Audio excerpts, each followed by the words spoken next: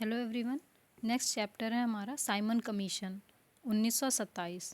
हमने 1923 तक देख लिया था, स्वराज पार्टी बन चुकी थी। ठीक है, अब आते हैं नेक्स्ट साइमन कमीशन पे। तो 1919 का जो जो मॉन्टेग्यू चेम्सफोर्ड एक्ट था, उसमें ये था कि 10 वर्ष पर इसकी समीक्षा हेतु एक संवैधानिक आयोग के गठन का प्रावधान किया गया था कि मतलब ये देखने के लिए कि ये सही से काम कर भी रहा है कि नहीं, व्यवहार में कितना सफल हुआ ये। ठीक है, एक तो ये देख लीजिए साइमन कमीशन क्यों बनाया गया था। ठीक, और उसके बाद ये था कि इसमें उत्तरदायी शासन की दिशा में कहाँ तक प्रगति की गई, ये दो इसके उद्देश्य थे। फिर हुआ ये कि 1927 में साइमन कमीशन और इसका एक और नाम है भारतीय सांविधिक आयोग की नियुक्ति किसने की थी? उस समय जो कंजर्वेटिव पार्टी ब्रिटेन में थी, वहाँ के प्रधानमंत्री थे स्टेनली बॉल्डविन। ठीक है, इन्होंने साइमन कमीशन की नियुक्ति की। इसके अध्यक्ष कौन थे? John Simon. इसमें टोटल सदस्य कितने थे? 7। इसमें कोई भी भारतीय नहीं था। मेन रीज़न यही था कि इसका बहिष्कार हुआ। इसे श्वेत कमीशन कहा गया, बहिष्कार किया गया। साइमन कमीशन अब आज की तरह तो है नहीं कि एक दिन में फ़्लाइट पकड़े और आ गए, तो उन्हें आने में वक्त लगा। तो ये 3 फरवरी 1928 को बम्बई पहुँचे। नवंबर 1927 में इसका गठन हुआ और 3 फरवरी 1928 को ये बम्बई पहुँचा। जो साइमन कमीशन के जो जॉन साइमन थे अध्यक्ष, वो उदारवादी दल के सदस्य थे। और इसमें एक और जो सदस्य थे वो क्लीमेंट एटली थे। यही आगे चल के, ये श्रमिक दल के थे, यही आगे चल के 1947 में ब्रिटेन के प्रधानमंत्री बनते हैं। और कांग्रेस ने दिसंबर 1927 में मद्रास में जो अधिवेशन हुआ था उसमें इसका विरोध करने का निर्णय लिया था। 1927 में ही निर्णय ले लिया था, जब उधर बनी होगी ये साइमन कमीशन, इधर खबर आई होगी, इन्होंने निर्णय ले लिया मद्रास के अधिवेशन में। तो 3 फरवरी 1928 को साइमन कमीशन बम्बई पहुंचा और उसी दिन पूरे देश में हड़ताल का आयोजन किया गया। साइमन कमीशन वापस जाओ नारा लगाया, जुलूस निकाले गए। लाहौर में साइमन कमीशन का विरोध कौन कर रहा था? लाला लाजपत राय कर रहे थे। लाठीचार्ज होती है और वो गंभीर रूप से घायल हो जाते हैं। पुलिस द्वारा जो इनकी ये पिटाई की गई और जो भी ये बर्बरता की गई, उसमें इनकी मृत्यु हो जाती है। तो लाला लाजपत राय जी पंजाब से रिलेटेड थे। 1865 से 1928 तक का इनका समय रहा। इन्हें पंजाब केसरी के नाम से जाना जाता है। और जो साइमन कमीशन था, इसी के विरोध में एक रिपोर्ट तैयार की गई 1928 में, नेहरू रिपोर्ट के नाम से। उसमें भारत के नए डोमिनियन संविधान का खाका तैयार किया गया। डोमिनियन संविधान का खाका तैयार किया गया। इसमें इसको तैयार करने के लिए इसके जो अध्यक्ष बने थे वो थे मोतीलाल नेहरू, और उनके पुत्र सचिव बने थे जवाहरलाल नेहरू। इसमें कितने लोग थे? 2 मुसलमान सहित टोटल 9 लोग थे। और नेहरू रिपोर्ट 1928 कई बार क्रॉनिकल मतलब क्रम लगाने के लिए पूछ लेता है, नेहरू रिपोर्ट और ऐसे करके, तो इसका सन याद रखें, बहुत इम्पोर्टेंट है। 1928 तो 1928 में भारत के लिए पूर्ण स्वतंत्रता। अब नेहरू रिपोर्ट जो थी वो पूर्ण स्वतंत्रता की बात नहीं कर रही थी, वो चाहती थी डोमिनियन स्टेट की बात, अधिराज्य का दर्जा चाहती थी वो। इसमें सांप्रदायिकता के आधार पर पृथक निर्वाचन मंडलों के स्थान पर अल्पसंख्यकों, जो अल्पसंख्यक हैं, उनके लिए जो आरक्षित स्थान थे वहाँ पे के लिए वो संयुक्त निर्वाचन क्षेत्रों का प्रस्ताव रखा गया। इसमें कहा गया कि सांप्रदायिकता के आधार पर जो पृथक निर्वाचन मंडल है वो नहीं चाहिए उनको क्या चाहिए था कि अल्पसंख्यक जो थे उनके लिए आरक्षित स्थान थे जो वो संयुक्त निर्वाचन क्षेत्र में चाहिए थे उनको।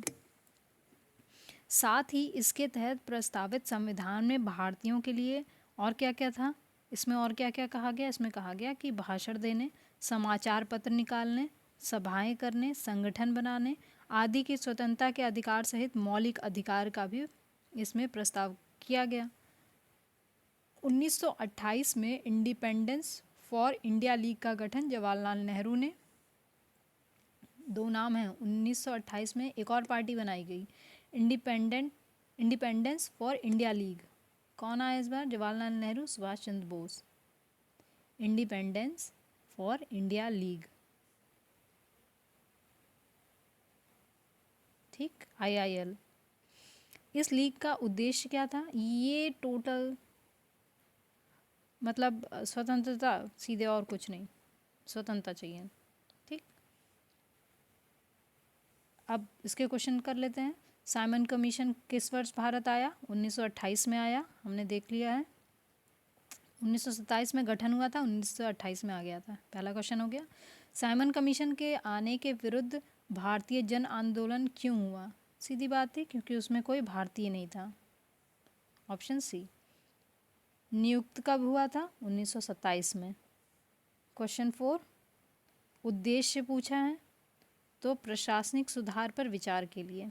यही तो था कि मॉन्टेग्यू चेम्सफोर्ड में जो भी कुछ था उसमें ही तो देखना था कि 10 वर्ष के पश्चात उसमें एक कमीशन बैठाना था और ये देखना था कि कितना सुधार हुआ है, जो जिस वजह से वो बनाया गया था उसमें क्या क्या प्रगति हुई है, यही सारी बातें थी।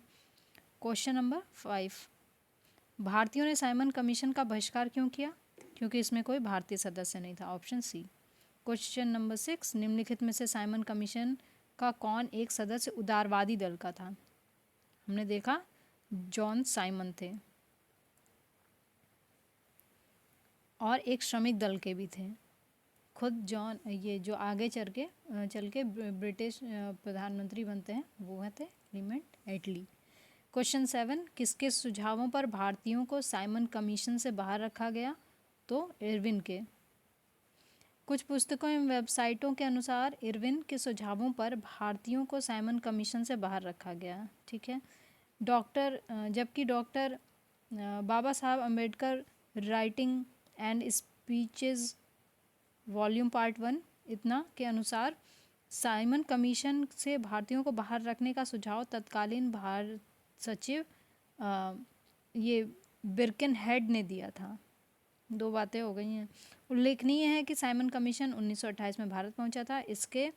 इसमें कोई भी भारतीय सदस्य न होने के विरुद्ध, मतलब कारण से विरुद्ध, और ये मतलब प्रदर्शन हुए थे इसके विरोध में, ठीक है। दो बातें हो गई हैं, लेकिन क्योंकि इसमें आंसर इरविन है तो हम इरविन और इसमें बिर्केनहेड का ऑप्शन भी नहीं दिया है, ठीक है। तो ऑप्शन ही नहीं दिया है तो बात ही खत्म हो गई, इरविन आंसर हो गया। क्वेश्चन नंबर 8, कथन है कि कांग्रेस ने साइमन कमीशन का बहिष्कार किया था। ठीक बात है।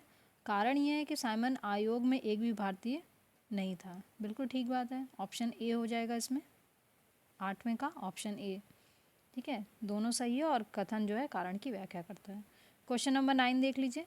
निम्नलिखित में से कौन साइमन कमीशन के संबंध में सही है पूछा है, ठीक है। तो उसकी नियुक्ति 1919 एक्ट के क्रियान्वयन के पूछताछ के लिए की गई थी। ठीक बात है, जो मॉन्टेग्यू चेम्सफोर्ड था उसी के लिए की गई थी। इसके अध्यक्ष थे जॉन साइमन। थर्ड ऑप्शन है, इसने संघीय प्रकार की सरकार के लिए संस्तुति की। और चौथा ऑप्शन है कि भारतीय नेताओं ने उसका विरोध किया। ठीक बात है, ऑप्शन डी इसमें सही हो जाएगा, सारे सही हैं, ठीक है। एक ये वाली लाइन हमने नहीं पढ़ी थी, अभी आगे देख लेते हैं इसमें क्या है। तो भारत सरकार अधिनियम 1919 के एक प्रावधान के अनुसार अधिनियम के पारित होने के 10 वर्ष पर एक वैधानिक कमीशन की नियुक्ति की जानी थी, जिसे 1919 के अधिनियम के कार्य संचालन की जांच पड़ताल करनी थी। यही तो मेन रीज़न था। और आवश्यकता होने पर भावी सुधारों को प्रस्तावित करना था। इसी उद्देश्य से 1927 में साइमन कमीशन का गठन किया गया। 7 सदस्य थे, अध्यक्ष बताया गया है, ठीक है। भारतीय नहीं था इसमें। और इसीलिए इसका विरोध हुआ। और साइमन आयोग का प्रस्ताव था कि केंद्रीय विधानमंडल को पुनर्गठित किया जाए, जिसमें एक इकाई की भावना को छोड़कर संघीय भावना हो। देखिए लिखा हुआ है। और इसके सदस्य परोक्ष पद्धति से प्रांतीय विधानमंडलों द्वारा चुने जाएं। 3 फरवरी 1928 को ये बम्बई पहुंचा, हड़तालें हुई और जुलूस वगैरह निकाले गए। क्वेश्चन नंबर 10, साइमन कमीशन की सिफारिशों के संदर्भ में निम्नलिखित में से कौन सा सही है? इसने प्रांतों में द्वैध शासन को उत्तरदायी सरकार द्वारा प्रतिस्थापित करने की संस्तुति की। ठीक है, ये वाला ही सही है। ठीक है, साइमन कमीशन की सिफारिश क्या थी कि प्रांतों में द्वैध शासन को उत्तरदायी सरकार द्वारा प्रतिस्थापित करने की संस्तुति। प्रश्नगत विकल्पों में साइमन कमीशन ने प्रांतीय क्षेत्र में द्वैध शासन को प्रतिस्थापित कर वहां उत्तरदायी शासन गठित करने की संस्तुति की। अच्छा ठीक है, बस इतना ही दिया है इसमें। क्वेश्चन नंबर 11, लाला लाजपत राय घायल हुए थे, तो ऑप्शन ए जो है वो लाठीचार्ज हो गया था उन पे। क्वेश्चन नंबर 12, पंजाब केसरी, तो लाला लाजपत राय। ठीक,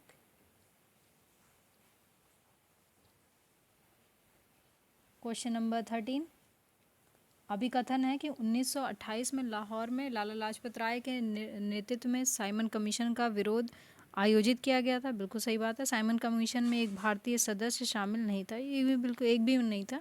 सही बात है, दोनों सही है, मतलब और व्याख्या भी हो रही है सही।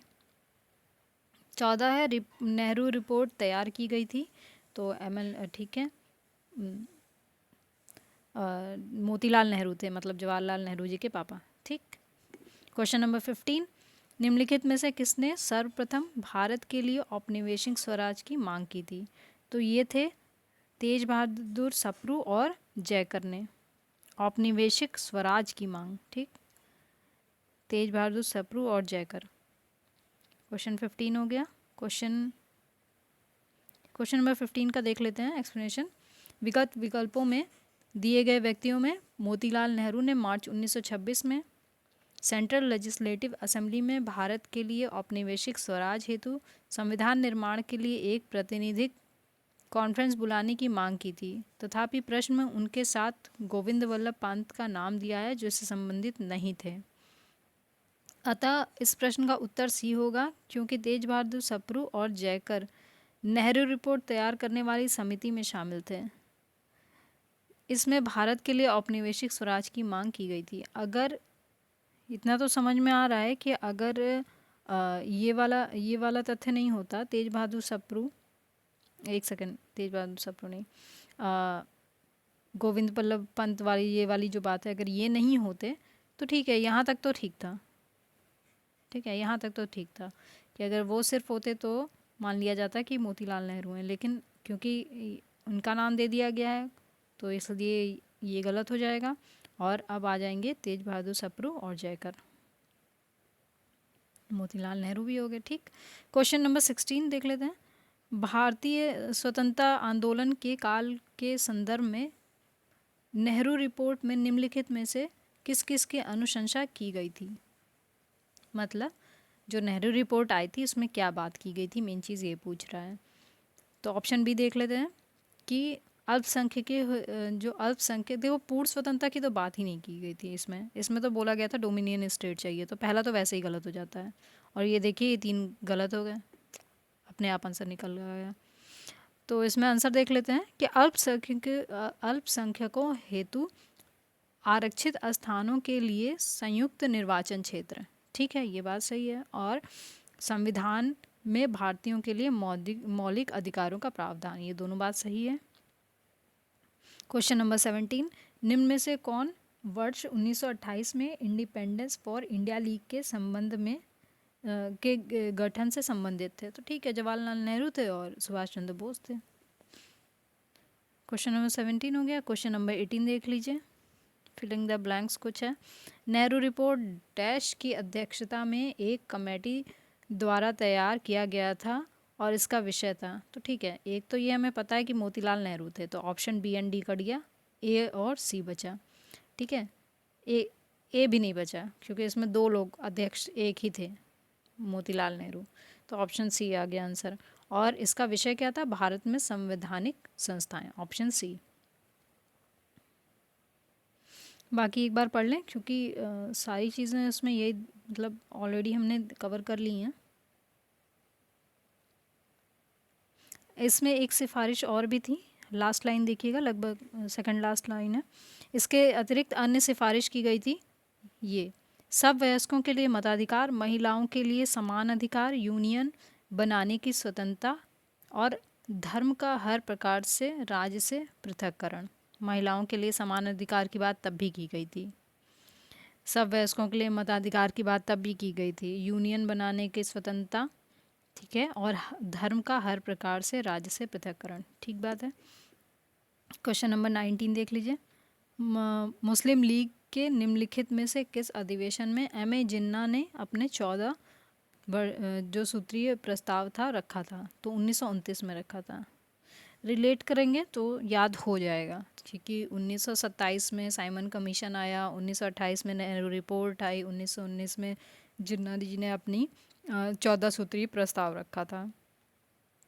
तो हुआ ये था कि 28 मार्च 1929 को दिल्ली में मुस्लिम लीग का अधिवेशन हुआ, ठीक है। मुस्लिम लीग के अधिवेशन भी होते रहते थे, तो ये 1929 में हुआ, जिसमें जिन्ना ने नेहरू रिपोर्ट के विरोध स्वरूप 14, अब ये रिलेट करना आसान हो गया कि जो जिन्ना जी ने जो रिपोर्ट दी थी, जो प्रस्ताव दिया था, वो नेहरू रिपोर्ट के अगेंस्ट में दी थी, ठीक है। नेक्स्ट ईयर दिया था। नेहरू रिपोर्ट में संयुक्त रूप से चुनाव लड़ने की बात कही गई थी, जबकि इसमें चुनाव क्षेत्र की मांग की गई थी।